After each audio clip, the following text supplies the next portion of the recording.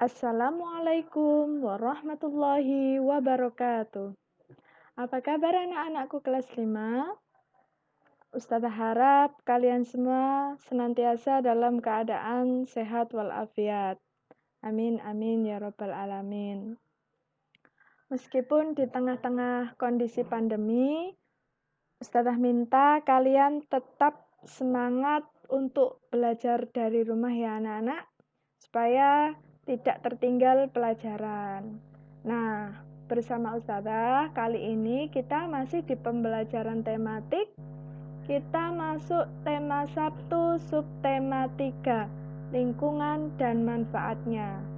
Sebelum mulai menyimak pembelajaran ini, jangan lupa baca doa terlebih dulu, supaya kita selalu dimudahkan oleh Allah dan ilmu kita dijadikan ilmu yang barokah manfaat. Amin amin ya rabbal alamin. Anak-anak,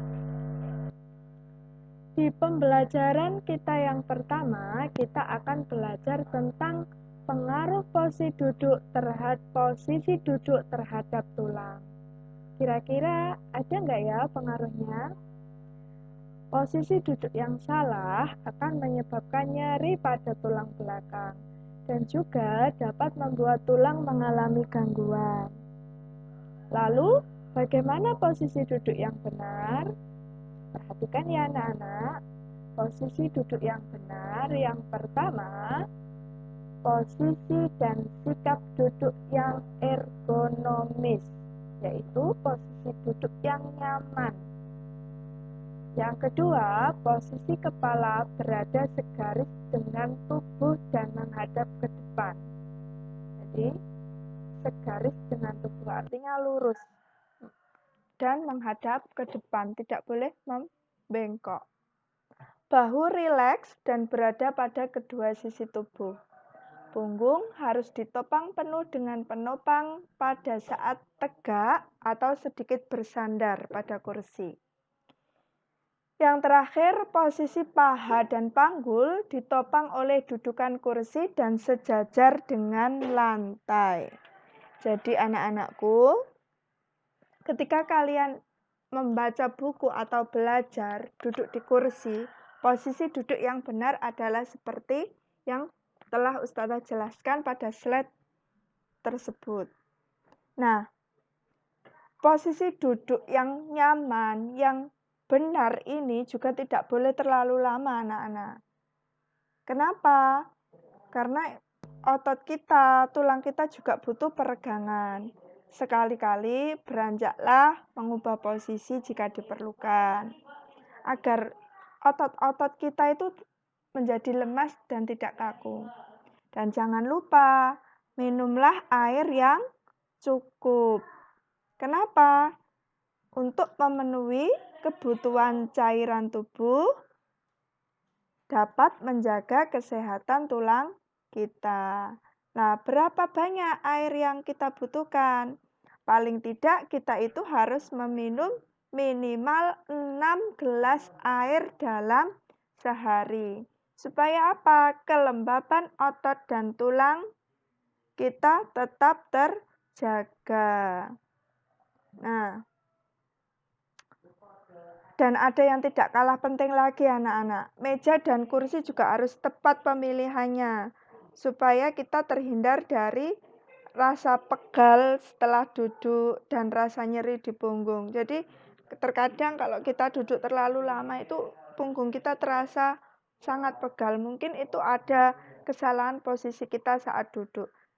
Jadi posisi duduk kita itu sangat mempengaruhi tulang belakang kita.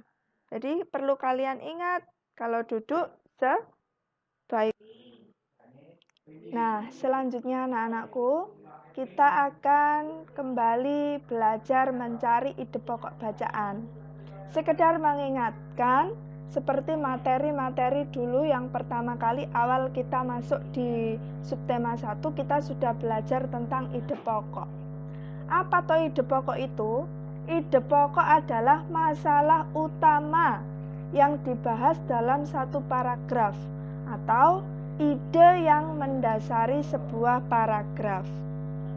Nah, ide pokok itu sendiri berfungsi memberikan penjelasan dari inti suatu paragraf sehingga pembaca dapat mudah memahami bacaan tersebut. Nah, anak-anak, ide pokok itu biasanya terdapat pada awal paragraf. Pada awal paragraf disebut deduktif, kalau di akhir paragraf itu induktif. Nah, ide pokok yang berada di akhir paragraf itu biasanya ditandai dengan kata jadi, dengan demikian, atau kata demikian. Atau ide pokok juga biasa terdapat di tengah paragraf. Namun, kebanyakan yang dipelajari di tingkat sekolah dasar maupun madrasah ibtidaiyah, di tingkat SDMI, yang sering muncul itu biasanya di awal paragraf dan kadang-kadang di akhir paragraf. Jarang yang di tengah paragraf. Nah, nama lain dari ide pokok itu ada pokok pikiran, pikiran pokok, gagasan utama, gagasan pokok, dan pikiran utama. Jadi kelima nama ini sama dengan ide pokok. Jadi biasa ide pokok itu ya pokok pikiran, ya pikiran pokok, gagasan utama, gagasan pokok, pikiran utama, ya itu ide pokok. Nah, dalam satu paragraf itu terdapat satu ide pokok anak-anak. Ini hanya untuk mereview pembelajaran kita yang kemarin-kemarin ya. Nah, kalimat selain ide pokok itu disebut kalimat pengembang. Bagaimana? Apakah kalian bisa memahami penjelasan Ustazah? Tugas untuk kalian mencari ide pokok. Ada di buku siswa pada teks yang berjudul Gerabah dari Pulau Madura.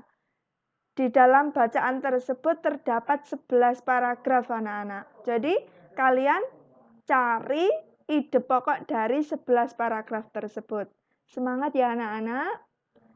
Ustazah rasa sampai di sini pembelajaran kita hari ini. Apabila kalian merasa kurang memahami atau ada yang perlu ditanyakan, jangan malu untuk bertanya ya. Silahkan tanyakan yang kalian kurang paham kepada Ustazah. Ustazah akhiri. Sampai jumpa di pembelajaran yang akan datang anak-anak. Wassalamualaikum warahmatullahi wabarakatuh.